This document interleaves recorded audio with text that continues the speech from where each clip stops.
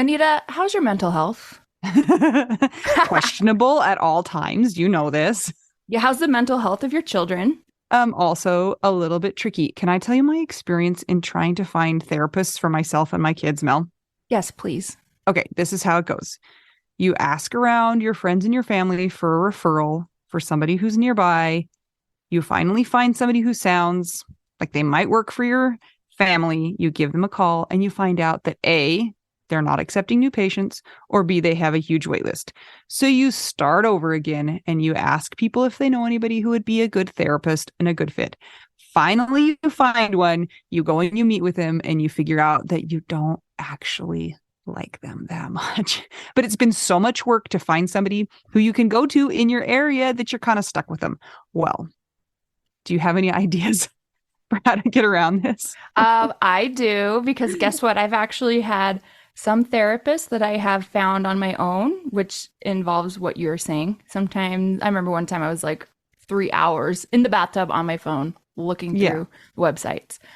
I was such a prune at the end. But I have also had the experience with working with BetterHelp. And it was like, I don't want to say too good to be true, but because it is true, but it's like amazing because I was matched with my therapist within 24 hours. And you didn't have to go through all of that other ridiculous process of trying to find somebody. And here's the cool thing too, is if that person didn't work out for you, you can just switch and say, and it's not like you're committing to another years long search for somebody who you're going to jive with.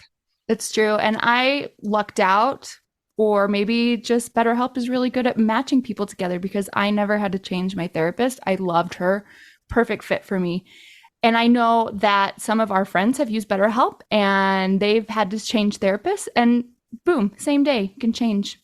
Easy peasy. You can ghost your therapist. Get a new one.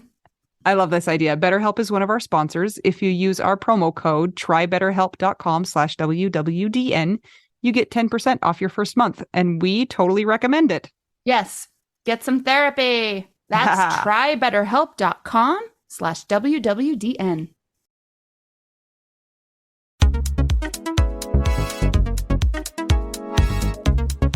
Here we go. Here we go. Is that good? That's great. Okay. Wow, that took so long to set up.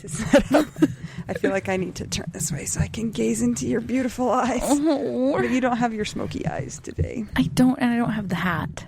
No, that's okay though, because the hat gave you a headache. Welcome to our podcast, Widow We Do Now. This is, I don't know what to call this episode. It's either our third or fourth, depending on. I think it's fourth. It's our fourth episode. Mm-hmm. Yeah. So welcome. Welcome back to our 5 listeners. Yeah. Okay, but I was thinking about this. What? So if you have 2.5 listeners who are your friends and or family, and I have 2.5 listeners who are my friends and or family, then they won't know your story or my story, depending on who they're aligned with. That's Does that true. make sense? Yes. So even they might be interested. Not That's that true. random one person. It's not silly to tell the story again. Mel's been drinking again. I'm drinking my kombucha. Ew. It's so good. I don't know. Mm. And Mel has on cute cactus socks that One sock. It says hugs. And then the other one is a chili and it says chill out. I am wearing no socks. 0 socks. My microphone is wearing a sock. It's a giraffe sock. A giraffe sock. Yes. Anything happened since the last time I saw you? I've been editing the podcast. Like a crazy person. Yeah, it's been exciting. I'm not sure you're actually sleeping, which you probably should. It's okay. Yeah. It's worth it, I guess. Yeah. And why not? I'm just proud of myself that I'm doing a good job editing. I'm proud of you according to my audio engineer friends that have checked it. And I love that you have audio engineer friends. Yeah. I have 0 of those. I learned so much about compression. What? In the last 24 hours. To me, that means like socks. They're tight. That's what it meant to me before this too. But now you know. Now I know. I would like somebody to come to my house and bring me an award. What kind of award? I don't know, but like a medal or a trophy. Or chips and salsa? A ribbon at least, because I cleaned out my refrigerator. Oh. Yeah. Don't you think I deserve some sort of a reward? Yeah. Yeah. Is that what you've done since I've seen you? Yes. I know that had to happen. I know you almost died since I saw you last. I was like, I did? Yeah. Okay. That's true. But good news. What? I didn't. Oh, good. I'm still here. I had to send Mel a text this morning to confirm life and a picture of me with today's newspaper. Yes. With today's date for proof of life. Yep, and she's alive. Yeah. How is your race training going? I'm tired. Did you swim and do something else today? Yeah, I ran earlier today, and then I just barely got back from swimming. Wow. Which is important. It ties in with the story of the day. It sure does. It does. So last time we explained that people want to know the story. They want to know the details. They want to know the details when somebody dies young. Yep. Okay. Would you like to start? Yeah. Let's get going. Go ahead. Let's start. Okay. So if we back up a little bit, Jason and I got married when I was 19 years, 4 months, and 23 days old. Are you surprised that I know the details about that? I'll tell you why. So unlike Mel, I got married super young, but I had a happy marriage and Jason was not a jerk. So that was good. So you're saying that 19 is super young, but 20 is not super young. No, I am not saying that. Both are too young. I'm saying, though, that I got married young and you got married young, but I was happily married and you got divorced. We got married and life was good, a little crazy at times, but generally good. When we had been married for 5 years, Jason was trying to get into law school. He was going to become an attorney, and he was riding his bicycle to work and got hit by a car and smushed. Like, really? Yes. Flat as a pancake? No, not flat as a pancake. What kind of attorney did he want to be? That's a good question. He worked in bankruptcy, which is like the boringest of all attorney jobs. But that's what he did when we were first married. He worked for the bankruptcy trustee. So he was pretty seriously injured, but made a full recovery, right? But he had a traumatic brain injury and a separated shoulder, and he broke some ribs, and he broke his teeth, and it was just a little crazy. And he spent, we called it 3 months in Crazy Town, getting over that.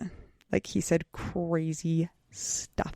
Details, please. I can't tell you all of the details but I wrote a lot of them in the book, in a journal. One of the things, he was laying on our giant beanbag one day, and he was like, Anita. So I came into the room. Oh, I thought you were saying, Anita.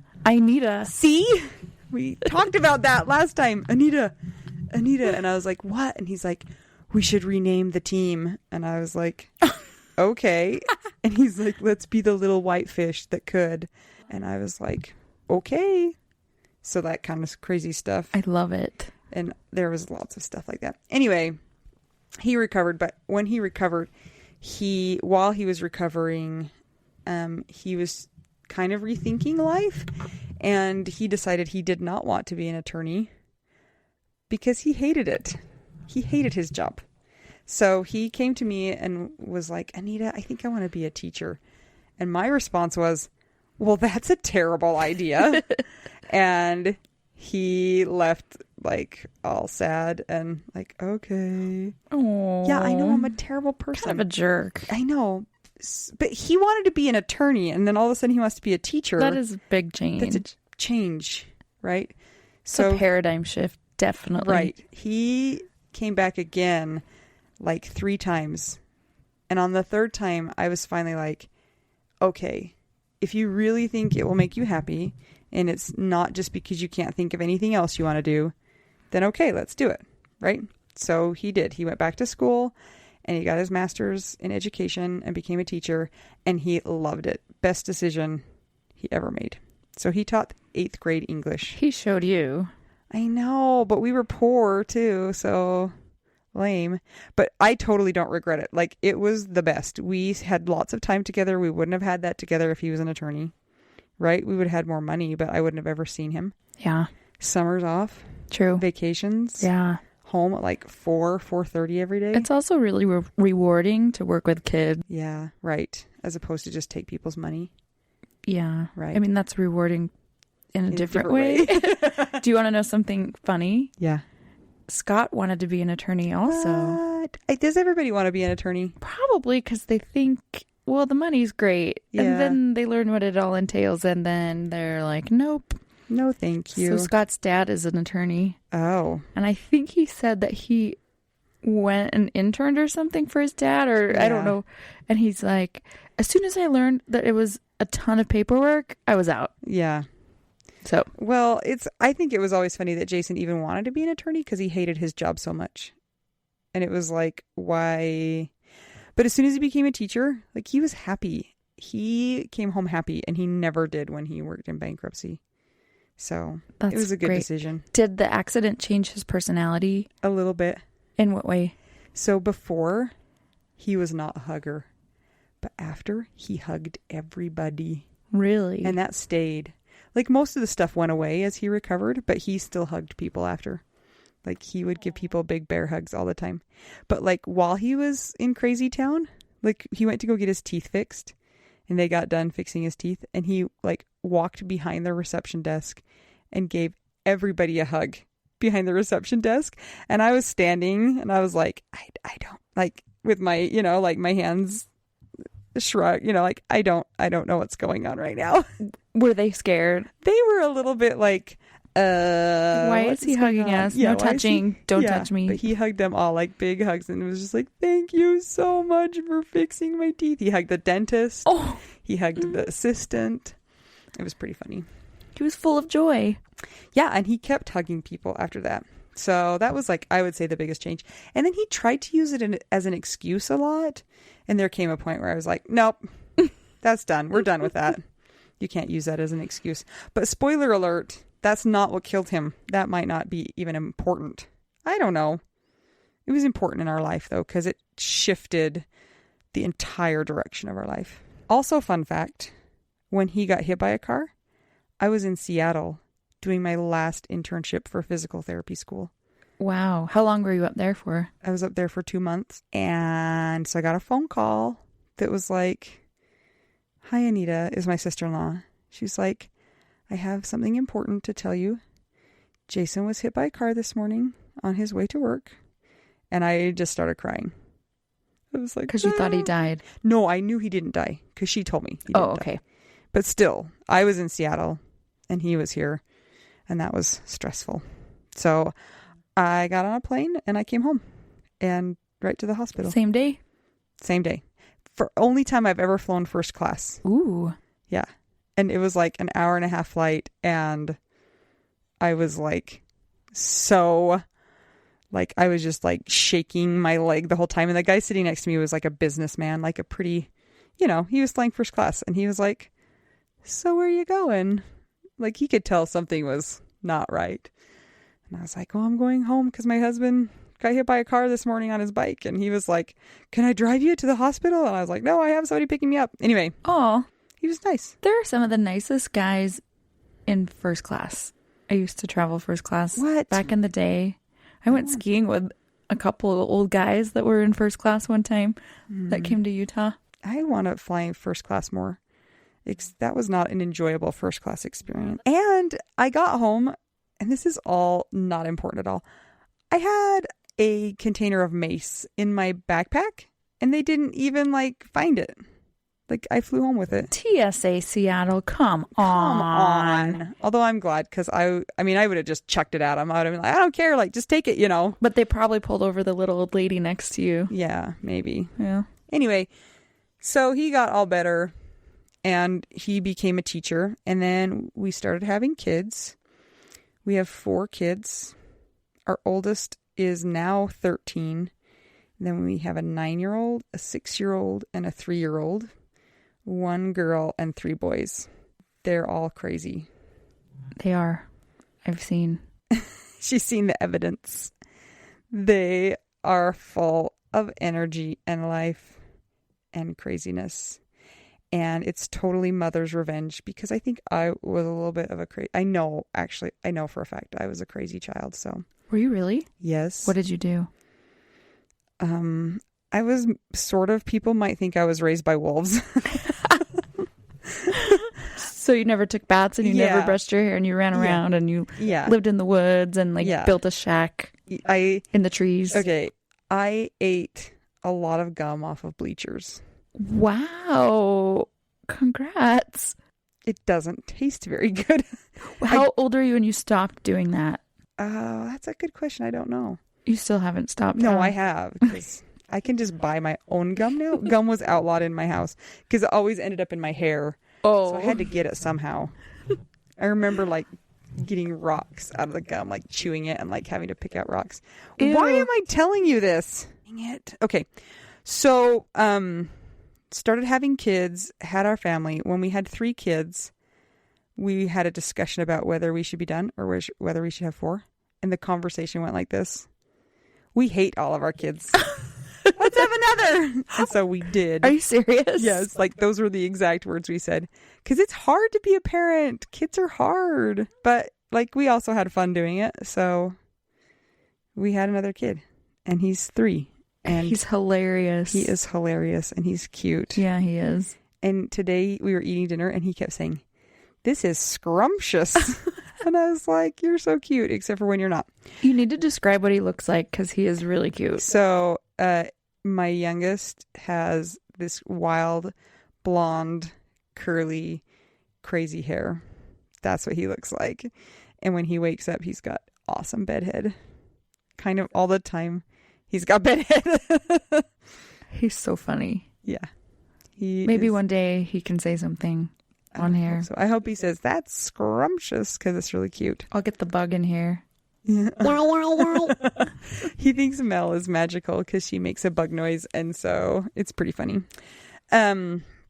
Okay, so in high school, Jason was a swimmer. That was his sport. He didn't do ball sports. He didn't play football or baseball or basketball, but he was a swimmer. And in particular, he swam the butterfly, which I don't know who invented the butterfly, but they were on drugs. It looks awful. It's the most nonsensical stroke there is. So anyway, that was his specialty. So when we first got married, Jason was not currently swimming, but he did a lot of biking when we were first married. And we together did a lot of mountain biking. And then when we started having kids, a few years later, Jason discovered the Masters swim team, which is the swim team for old people. 40 and over? No, 18 and older. Oh. And people always think that it's you have to be a really good swimmer to swim with the Masters, but you don't. There's beginners who swim with the Masters. It just means that you are not in high school anymore. Anyway, so he started swimming again on the Masters team and got back into really good shape. And then after a couple years of just lap swimming, he swam 4 mornings a week. He got up at 5 in the morning to go swimming. I cannot do that. I don't function that early, but he was good with it. Anyway, 4 days a week, he swam laps. And the first time he showed up at Masters, he had a giant beard and a mustache.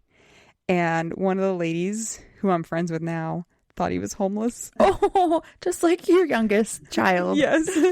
She was like, "This homeless guy is here. He does not know how to swim." Oh my gosh. And then he totally knew how to swim. Did he beat everyone too? Well, he kind of had to take a few weeks to get back into condition, so, but then he did get faster and he swam in the fastest lane, in lane 10 with all of the guys who were fasty fast swimmers. So after a few years, he started doing open water marathon swims. So a marathon swim, Mel's pulling the face what? Yeah. A marathon swim is anything over about 6.4 miles. Swimming 6.4 miles. So he did a bunch of those too. So it would take him, depending on how long it was, like 3.5 hours. He did 2 swims that were 10 miles long. That's like a 40-mile run, the equivalent of it. Wow. And then he also did 1 marathon swim in the Great Salt Lake, which was miserable. Is that the one where the brine shrimp were all over? Yes. Yeah. He's like, there's brine shrimp in places there should not be brine shrimp, because the Great Salt Lake is full of brine shrimp. It's the only thing that like lives in the Great Salt Lake. Anyway, Jason was super in swimming shape. That's the moral of that story. And he loved swimming so much that I even started swimming with the masters. And he would swim in the morning, and then I would swim at night. When you're finally awake. When I'm finally awake. Yeah, which is where I just got back from, was my masters night swim. And we made really good friends on the masters team. We have really good friends. So Jason also did a lot of biking. Like he did a race called Lodija, which is Logan to Jackson Hole. It's like 200 and something miles, 206, 211 miles. That's not a relay, right? Where you're on teams. It's your this individual. Is like you. Oof. Yeah.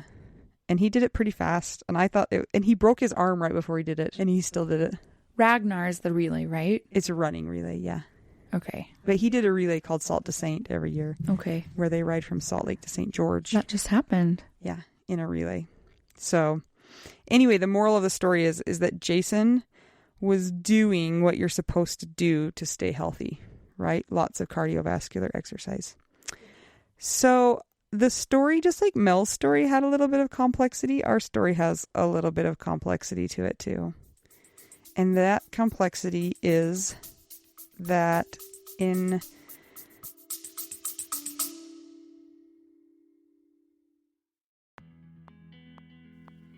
sometimes we assume that unless we had a huge life insurance payout, we don't really need to know anything about investments or even finances. But guess what? A little knowledge of finances is critical for all of us. Maybe your partner was in charge of that stuff, and now you find yourself making all the decisions. Maybe you're mad about that. Maybe I am. Nicole from the He's Gone But the Money's Not podcast is here to help. She tackles financial literacy by telling the stories of women and widows and finance experts, and shares the lessons they've learned as certified financial planners. Whether you know a lot and feel confident in your financial decisions or feel unsure about all of that stuff, there is more to learn. Listen and subscribe to the He's Gone But the Money's Not podcast on all podcast platforms. This ad was paid for by Rockhouse Financial, an SEC registered investment advisor.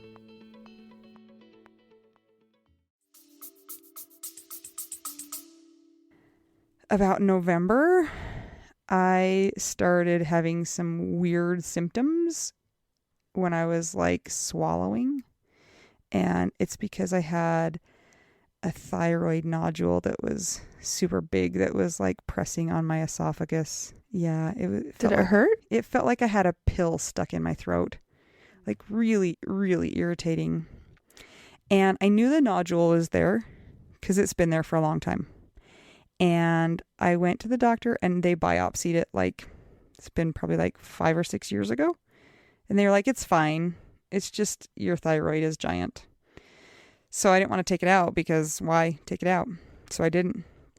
But then it started causing problems. So I made an appointment to have it taken out.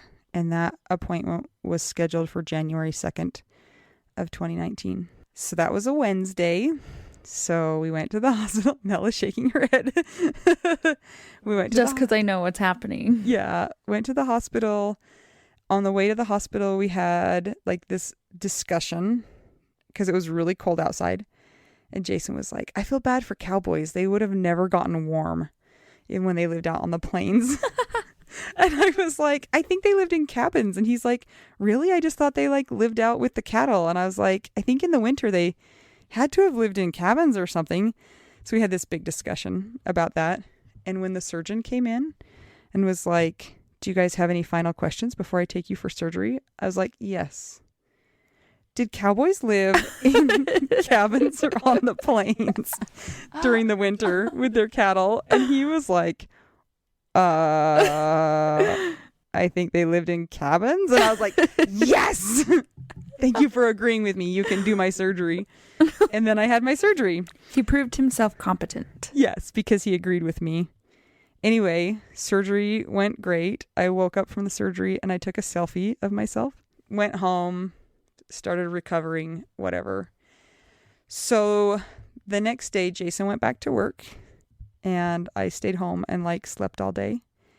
And in the afternoon, he got home and he said that he was thinking about going swimming that night because he'd missed his Wednesday morning swim.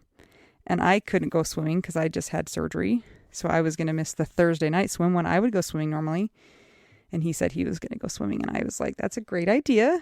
And I told him to say hi to all my Thursday night friends. I'm like shaking a little bit telling this. Do you feel nervous about it? It's just still a little bit like, I don't know. I've told it a ton of times, but I don't know.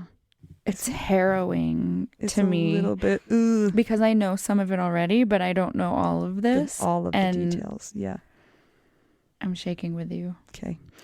So I really wanted to get a good night's sleep. And so I went and proactively decided I was going to like put my kids to bed, which normally does not happen.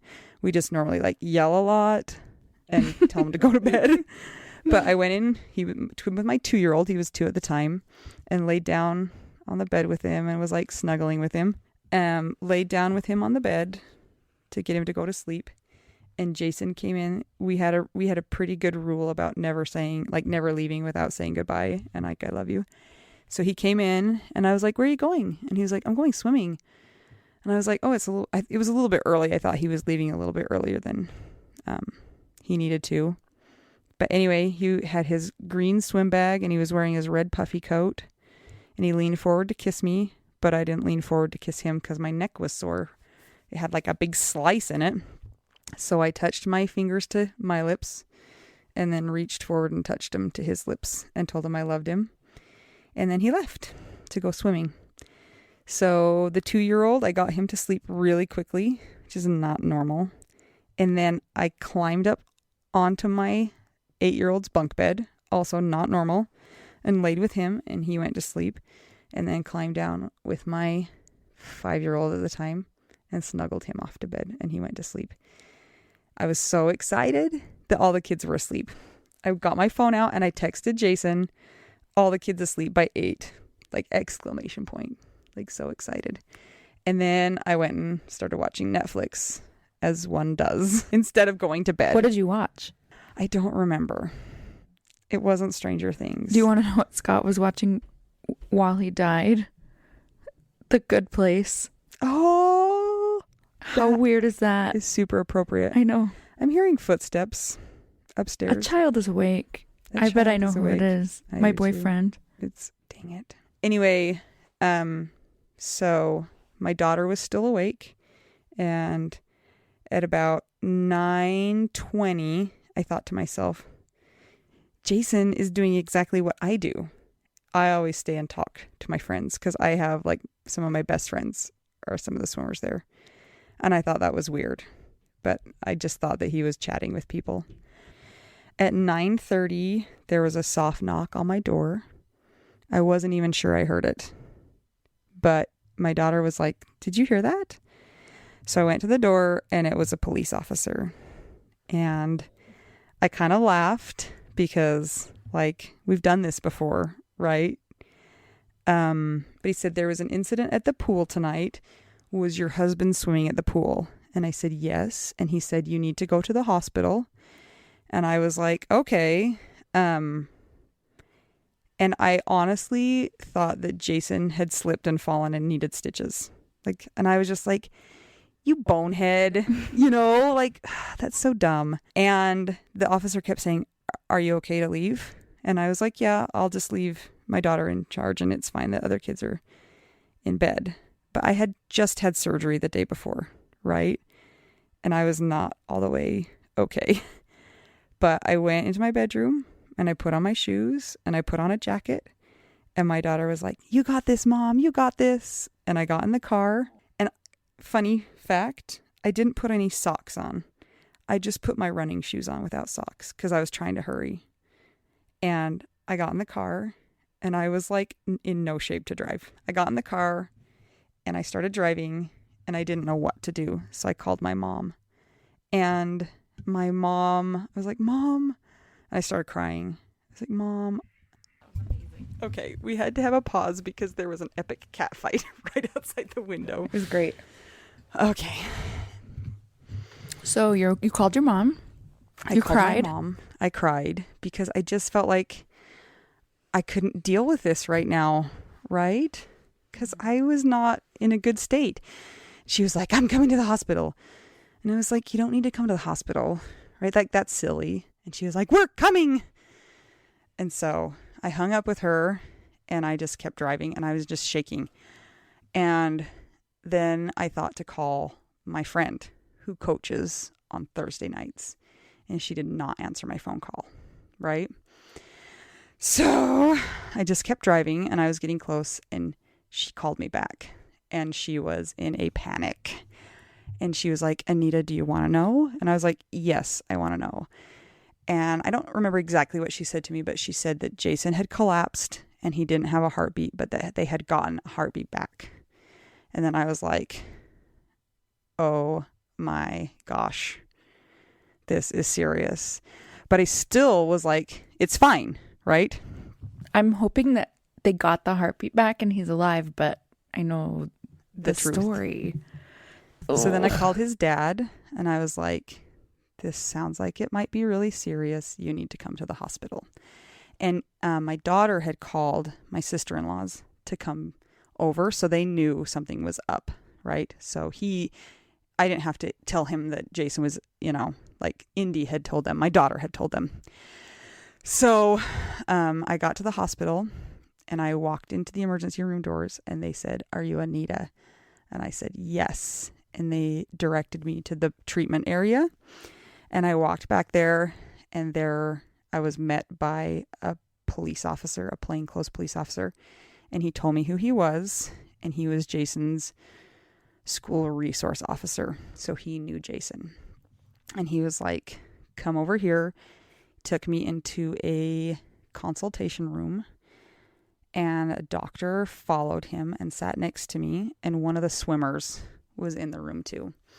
And the doctor sat down and he said, I'm going to get straight to the point. And I said, yeah. And he said, Jason died tonight. Oh boy, another cliffhanger. To check out what happens in the next part of Anita's story, stay tuned for episode 5 of Widow We Do Now.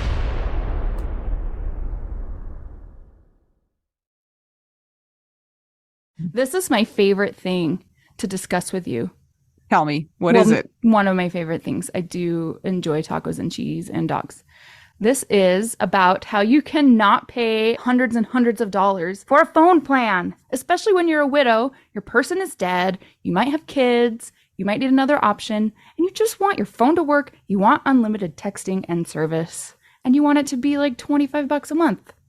It blows my mind that they have plans that start at $15 a month. That is so cheap. And the cool thing is it uses other 5G networks. And so you don't have to pay extra for that. And you still get great service. Yep. Anita and I have traveled all over and I have used my phone. So I highly recommend it. And my mom's even on it. When my dad died, we put his phone down to the cheapest plan, which is $15 a month. And I think my mom's on the $20 a month plan and it's so worth it. It's so much cheaper than what we were all paying before. So I highly recommend it if you're on a budget or not. Who cares? Ryan Reynolds is in charge of the company and they send you free stickers with Ryan Reynolds temporary tattoos. It's kind of the best.